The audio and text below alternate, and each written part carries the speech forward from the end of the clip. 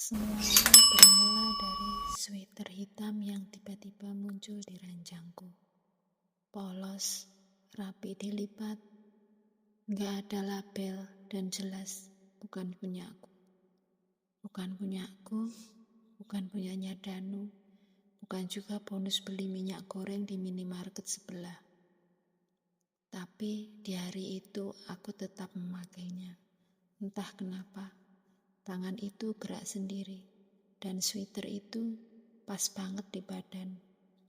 Kayak dia tahu lekuk tubuhku, tahu batas dingin kulitku, tahu di mana aku paling gampang merinding. Dan sejak saat itu, aku tahu ada yang berubah. Bukan cuma di tubuhku, tapi di cara aku melihat dunia. Dan mungkin juga di cara dunia melihatku.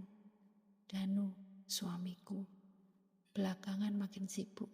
Katanya kerjaan numpuk, proyek baru, klien cerewet. Tapi aku tahu, dia mulai sering pulang malam. Kadang jam 2, kadang gak pulang sama sekali. Tapi anehnya, aku gak marah. Bukan karena aku sabar ya, tapi karena sejak sweater itu nempel di badanku, emosiku kayak mati rasa. Kayak aku lagi nonton hidupku dari luar. Romantisme kami masih ada. Kadang dia peluk aku dari belakang waktu aku masak.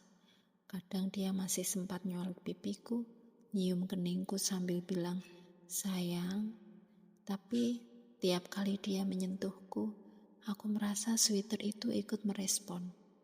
Kayak dia tahu Danu pegang aku. Kadang aku takut. Kadang aku iri, karena sepertinya sweater itu juga suka Danu. Danu tidak pernah benar-benar miskin, tapi dia juga bukan lelaki yang puas hanya dengan cukup. Dulu saat pertama kali kenal aku, Rani yang polos, perempuan biasa yang tinggal di rumah warisan orang tuanya, dia datang dengan senyum tulus, tangan ringan, dan omongan manis seperti sirup. Tapi belakangan aku mulai sadar, bukan karena dia berubah, tapi karena mataku yang akhirnya bisa melihat. Dia selalu yang memegang kartu ATM. Dia yang tahu semua sertifikat rumah disimpan di mana. Dia yang bujuk aku buat tanda tangan surat kuasa. Katanya supaya gampang kalau ada urusan bank. Dan semua itu aku lakukan karena cinta. Sampai sekarang, aku gak tahu kapan pastinya cinta ini disihir. Mungkin dari sejak aku pakai sweater itu. Atau mungkin dari sejak Danu ketemu orang tua di balik warung kopi belakang gang. Yang sekarang aku tahu bukan tukang racik kopi biasa. Suatu malam, aku bangun dan lihat bayanganku di cermin. Tersenyum. Padahal aku sendiri lagi menangis. Mulutku diam. Tapi mataku penuh air. Tapi di cermin ada aku yang tersenyum. Senyum lebar, dingin, kayak nunggu giliran bicara. Dan malam itu aku sadar satu hal. Aku gak sendiri lagi di tubuh ini. Dan aku lain yang tinggal di balik kaca. Dan dia lebih berani. Setiap malam tubuhku makin dingin. Tapi bukan dingin di kulit, dingin yang nyusut ke tulang, ke dada, ke kepala. Danu kadang nanya, "Kamu sakit, Ran?" Aku cuma jawab, "Enggak, mungkin kecapean." Padahal yang bikin capek itu bukan pekerjaan rumah, tapi suara-suara kecil di kepalaku. Suara yang bilang, "Tenang aja, semua akan selesai." Suara itu kadang lembut, kadang kejam, tapi selalu hadir kalau aku sendiri. Kadang dia muncul di balik embun cermin, kadang di sela benang sweater. Kadang dia terasa datang dari Danu sendiri. Suatu malam, Danu pulang bawa martabak. Dia tahu aku suka martabak keju tipis kering. Tapi saat dia buka bungkusnya, aku cuma lihat tumpukan adonan hangus yang gak menggugah selera sama sekali. Aku tahu kamu suka yang ini. Aku tersenyum, pura-pura senang. Tapi dalam hatiku, aku tahu itu bukan martabak yang dia beli buat aku. Itu martabak buat alibi. Dan aku mulai bertanya-tanya, apa yang sebenarnya dia lakukan tiap malam? Apakah dia tahu soal sweater ini? Atau lebih dari itu, apakah dia yang meletakkannya? Hari itu, Danu pulang lebih awal. Tumben, biasanya dia pulang pas azan Isya udah lewat, dengan mata lelah dan baju penuh bau jalanan. Tapi kali ini dia datang jam 5 sore, bawa plastik belanjaan. Ada daun bawang keluar dari sudut tasnya. Aku masak ya, katanya sambil nyium keningku. Aku bengong. Danu masak. Ini dunia beneran. Tapi aku cuma senyum. Aku gak punya tenaga buat debat. Seharian badanku berat, kayak diisi batu. Dan sweater itu meskipun hari panas masih lengket di kulitku. Kayak dia gak mau dilepasin. Aku rebusin sup aja yang ringan, kata Danu dari dapur. Aku gak jawab, duduk di sofa, ngeliatin TV yang volumenya sengaja kecilin. Aku gak fokus, jujur. Tapi di sela bising sinetron dan suara air mendidih dari dapur, aku dengar sesuatu. Bunyi tutup botol kaca. Kayak ada cairan yang dituang. Tapi bukan dari botol saus. Hidungku nyium bau yang aneh. Bukan bawang, bukan jahe. Tapi amis, asam. Kayak darah basi dicampur bau got. Aku berdiri pelan, jalan ke dapur. Mas, kamu masak pakai apa sih? Tanyaku. Danu noleh, senyumnya terlalu cepat. Bumbu rahasia dikit, biar kamu nafsu makan. Aku ketawa kecil, tapi bukan karena lucu. Ada sesuatu yang dingin merambat di tengkukku. Waktu sup disajikan, baunya masih aneh, tapi Danu menuangnya dengan penuh cinta. Kayak chef profesional, dia sendiri gak makan. Hari ini kamu aja yang makan, aku udah kenyang dari kantor, kata Danu sambil duduk di depanku, memperhatikanku kayak aku kelinci lab percobaan. Aku ambil sendok, kuaduk pelan. Cairan supnya agak keruh, bukan kaldu biasa. Di dasarnya, aku lihat sesuatu yang kayak lendir buah-buahan nyampur sama minyak. Aku nyendok, masukin ke mulut. Rasanya nggak jelas, agak pahit, asin, tapi ada rasa besi, kayak lidah habis digigit. Di ujung lidah ada rasa anyir kayak daging mentah. Tapi yang paling bikin aku merinding, setelah aku telan, sweater di tubuhku tiba-tiba mengencang, kayak ikut seneng, kayak ikut kenyang. Danu duduk di depanku, memperhatikan tiap sendok yang masuk ke mulutku.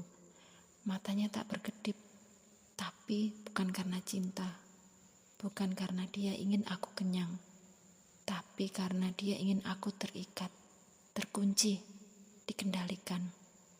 Agar semua surat tanah, buku tabungan, dan rumah ini jadi miliknya. Karena katanya cinta bisa hilang, tapi hak waris lebih pasti. Aku berhenti makan, sendokku gemetar. Kenapa? Tanya Danu, nada suaranya terlalu tenang. Mas, ini kamu pakai bumbu apa? Dia angkat bahu. Resep lama, turunan.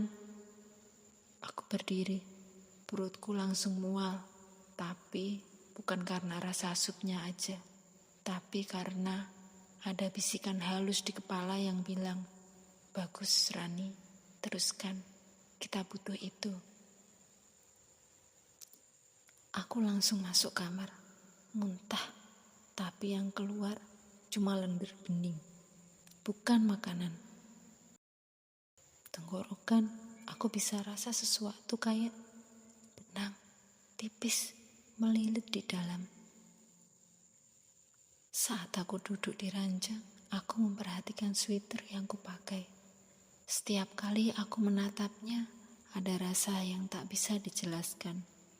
Seakan ada sesuatu yang terselip di benakku, sesuatu yang aku lupa. Aku ingat betul, sweater ini pertama kali muncul di ranjang tanpa aku tahu siapa yang membawanya. Aku memandang Danu yang tengah bersiap-siap di depan cermin. Rambutnya yang basah terurai rapi, senyumannya biasa, seakan tak ada yang salah. Sayang, aku mulai suara agak gemetar. Sweater ini kamu yang beliin ya? Danu menoleh, ekspresinya berubah sejenak, tapi hanya sebentar. Matanya kembali lembut. Kamu lupa, Ran? Itu kan kamu sendiri yang beli online beberapa minggu lalu. Aku bahkan ingat kamu bilang suka banget sama modelnya. Aku merasa jantungku berdegup lebih cepat. Benarkah aku yang beli? Aku coba ingat lagi. Aku bukan tipe orang yang suka belanja online. Setidaknya, aku tak pernah beli barang sebesar ini tanpa pertimbangan. Tapi, aku gak ingat. Aku gak pernah beli ini. Aku gak pernah beli sweater kayak gini. Danu tertawa kecil. Langkahnya ringan saat menuju meja rias. Aduh sayang, kamu kan sering online shop. Mungkin kamu lupa aja. Coba cek sejarah belanja di handphone. Pasti ada. Tapi aku masih merasakan ada yang ganjil. Sesuatu yang tak sesuai dengan penjelasannya. Aku tahu aku bukan pelupa. Dan sweater ini jelas bukan barang yang aku beli.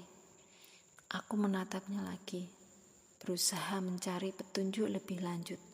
Tapi semakin lama, aku semakin merasa seperti bagian dari puzzle yang dipaksa untuk dipasang dengan cara yang salah. Ada yang disembunyikan. Malamnya aku gak tidur. Badanku menggigil, tapi keringat dingin keluar terus dari leher dan punggung. Kain tempat tidur basah, sweater itu masih nempel, kayak kulit kedua. Dan setiap kali aku tutup mata, aku dengar suara. Kita sedang tumbuh di dalam dirimu. Danu tidur di sebelah, napasnya tenang. Tapi aku tahu, dalam saku celana tidurnya, aku sempat lihat botol kecil warna ungu gelap. Labelnya sudah kabur, tapi bau amis itu gak hilang. Sama seperti yang tak dicampur ke sup. Dia pikir aku gak tahu, tapi tubuhku tahu. Dan sweaterku tahu lebih banyak dari aku. Malam itu aku buka lemari, ngelihat sweater di cermin. Dan aku sadar satu hal, aku bukan korban lagi. Aku jadi bagian dari sesuatu yang lebih besar. Dan Danu mungkin bukan suami lagi, tapi pengatur permainan. Atau lebih buruk, tumbal berikutnya. Hujan turun pelan, kayak rintik yang ditetesin satu-satu dari langit. Rumah terasa lebih sepi dari biasanya. Bahkan suara kipas angin pun serak, kayak ngos-ngosan. Aku duduk di tepi ranjang, masih mengenakan sweater itu. Danu lagi di kamar mandi, dan aku tahu itu malam terakhir dia akan kesana sebagai manusia utuh. Tubuhku hangat, tapi bukan karena cinta, karena benang-benang di dalam sweater ini mulai merasuk ke pori-poriku. Aku bisa dengar mereka berbisik, menggeliat, tertawa kecil. Lalu suara itu muncul lagi, pelan, seperti gesekan benang basah yang ditarik dari tenggorokan. Sudah cukup, Rani, waktumu tiba. Dia siap. Danu keluar dari kamar mandi. Rambutnya setengah basah, hanya mengenakan handuk kecil dan wajah penuh lelah. Tapi dia masih sempat senyum. "Sweaternya kamu pakai lagi?" Aku balas dengan senyum.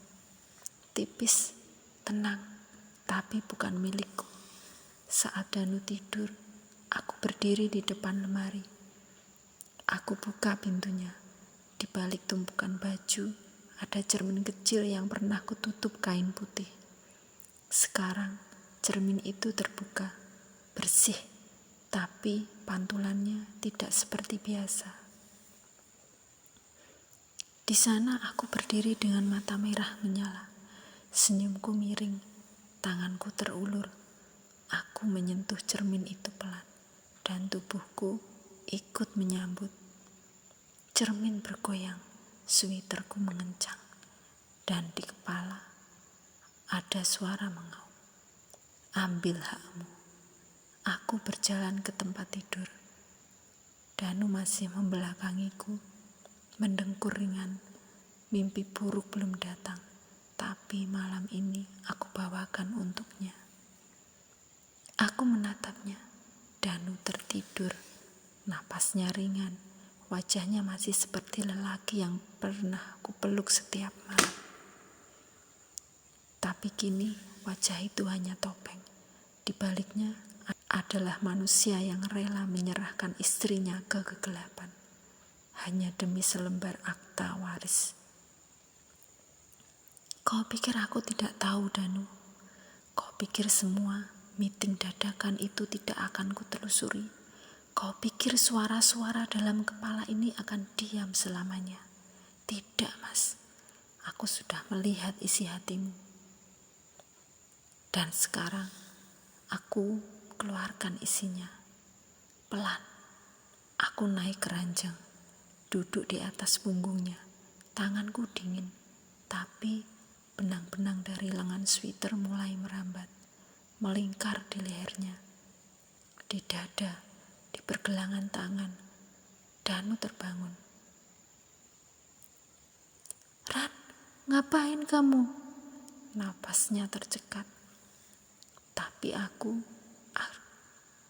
atau sesuatu di dalamku tersenyum, lalu bicara.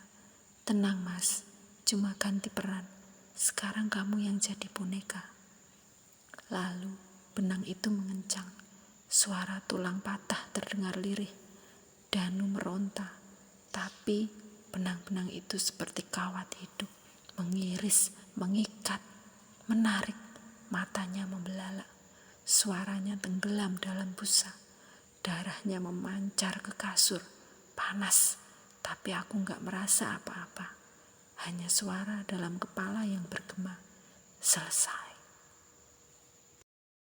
Pagi datang tanpa matahari. Aku berdiri di depan cermin. Wajahku biasa, tapi ada garis hitam tipis di bola mata. Benang yang menyatu dengan saraf. Sweaterku bersih, tak ada darah. Danu sudah tidak ada. Tubuhnya aku letakkan rapi di lemari, dengan tangan menyilang dan mata tertutup. Dia tidur, dan akan terus begitu. Orang-orang akan bertanya, tapi aku punya jawabannya. Dia pergi kerja, pergi tugas, pergi dari hidupku. Tapi kenyataannya, dia masih di rumah ini, di dalam lemari, dijaga oleh benang. Dan aku masih pakai sweater ini, karena kami sudah jadi satu. Aku, sweater, dan makhluk yang dulu cuma tinggal di balik cermin. Kini dia sudah tak perlu sembunyi, karena aku adalah cerminnya. Dan setiap malam kami tidur bersama dengan pelukan paling erat yang tak bisa dilepaskan selamanya.